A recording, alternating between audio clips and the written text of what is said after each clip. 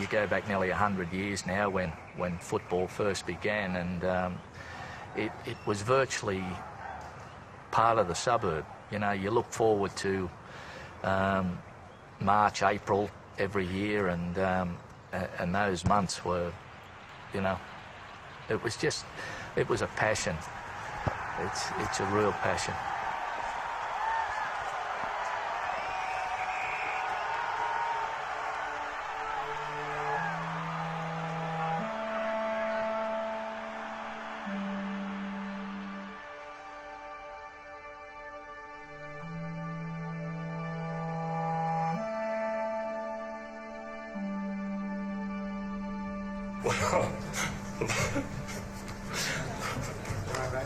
These bastards trying to sell us all down the drain. There's no one I can compare him to. In today's era, or in yesterday's era, I don't know anyone I can compare him to. You wouldn't get a person more committed, not even in marriage, you know? This bloke was dead set, all Balmain. You could be standing behind your try line for 60 minutes of the game and Laurie's still yelling out, Tigers, Tigers, come on, Tigers, and all this sort of stuff. No matter how packed the ground was, he had a corridor probably a metre wide and about 20 metres long, and Laurie back and forth. No one would intrude on that corridor. It was like he had a line written on the, painted on the ground, and he'd be back and forth, you know. He'd just jump in the air and throw about a flurry of 3 or 4 or 5 punches. Uppercuts, and then turn around and just go like that to the crowd, and then everybody would say, yeah, you know, they'd all get excited, wouldn't they, Dave? They would, yeah. That's basically what he used to do.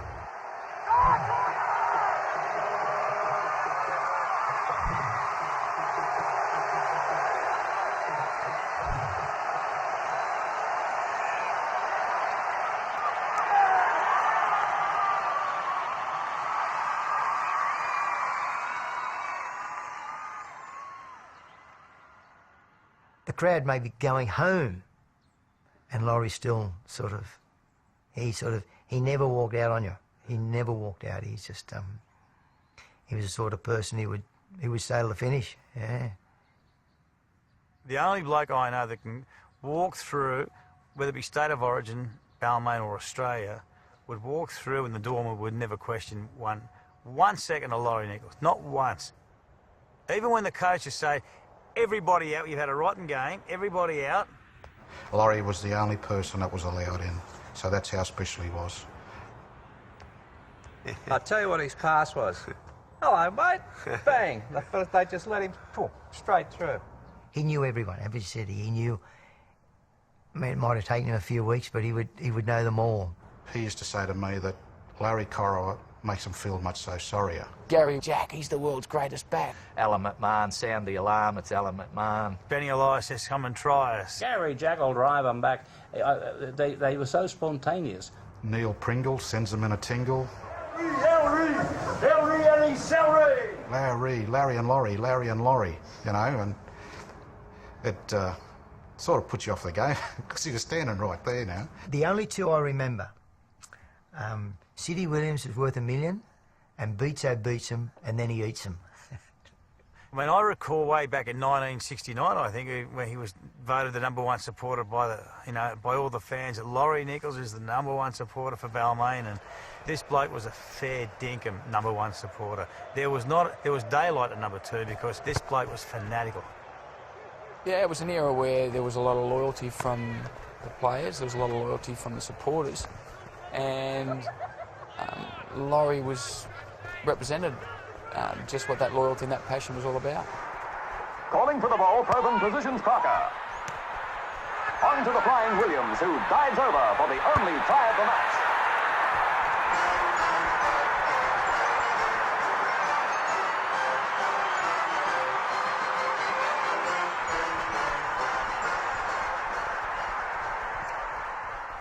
After the game, Laurie was there waiting, and we sort of, I think, yeah, we went back to the club. We went back to the club. I left Laurie at the club.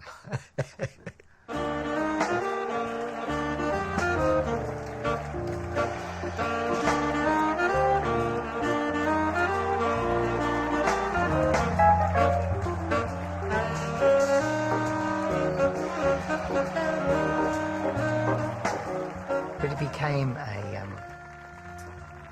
maybe a cult figure. And people go past, "G'day, Laurie. How going, mate?" You know, all this sort of stuff. Everyone knew him. Everyone knew him.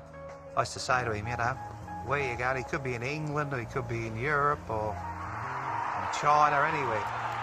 I remember it in the end of 1978 on the kangaroo tour over in England and France. Over there it's probably -3, 4, 5 degrees, and he was in the middle of the grandstand with all these pommies wearing a singlet. He'd give me goosebumps just looking at him. For a guy that never had a great deal of wealth, to me, he had everything in the friends he had, you know. He could call on anybody and, you know, if somebody who's in trouble, people just, boom. That's when you know you got friends, you know. From what I understand, he's the #1 wool classer in Australia. Very well respected in his industry, the wool industry. He'd go away for 3 months a year, and he'd go away to Ningin. He'd say, "I'll be back in a couple of months, boys, I've got to go." His time really wasn't his time. It was anybody that wanted it and anybody that needed it. He'd ring some of the Balmain players up. He'd hear of a kid that was crook in hospital, and without fail, Laurie would turn up and he'd have someone, at least one with him, and they'd spend time with that kid or adult or anybody in hospital. He spent a lot of time in hospital.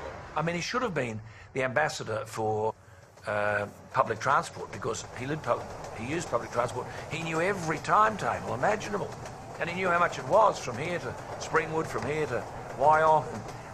Get on the train into Tigers. Come through the Tigers. Didn't get the chock-a-block. Tigers, you know, Tigers.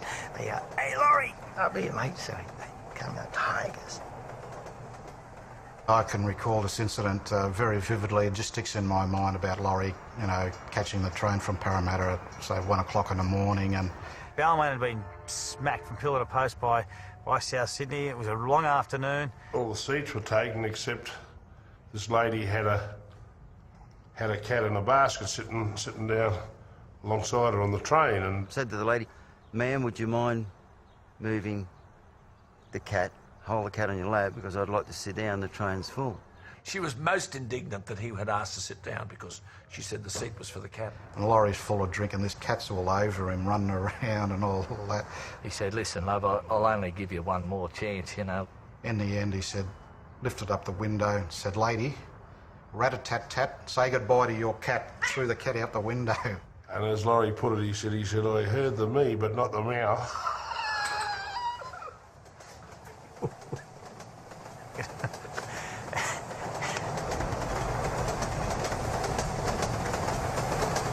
I'm the constable, so I've been instructed to go and find the cat.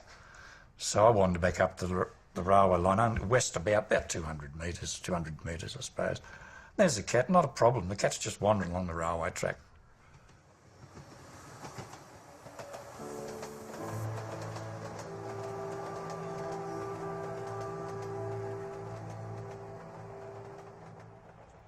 It was a terrible time for the game, a lot of deceit, a lot of lies, and there was a major split, not only in the game at the top level, but there was a major split amongst supporters as well.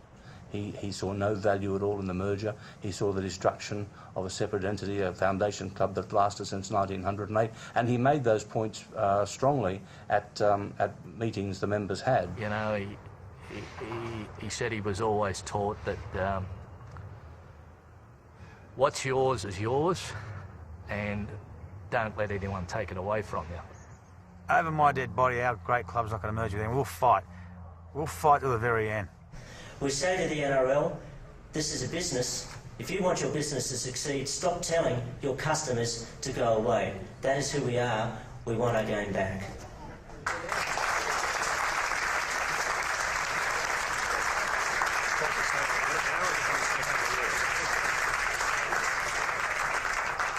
Laurie is dressed up for the occasion. He'd just like to say a couple of words. Laurie Nichols. Yeah, all I want to say is fight to the finish, South, and, well, these bastards trying to sell us all down the drain, and we're going to fight on. I'm sure we will. So the Tigers collectively made the decision that they were going to join with Western Suburbs. The only other option was extinction. And I know 3 days before the merger of Western Balmain, Laurie passed away. Yeah. Yes. A lot of people say that it broke his heart. I don't know. Yeah. Yep. Yeah, it's pretty hard to talk about, really. Anyway. Yeah.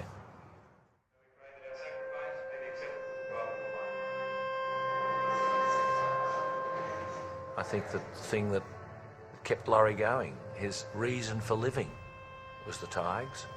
But there were a lot of Laurie Nichols. There were a lot of people who felt that way about it, and still do.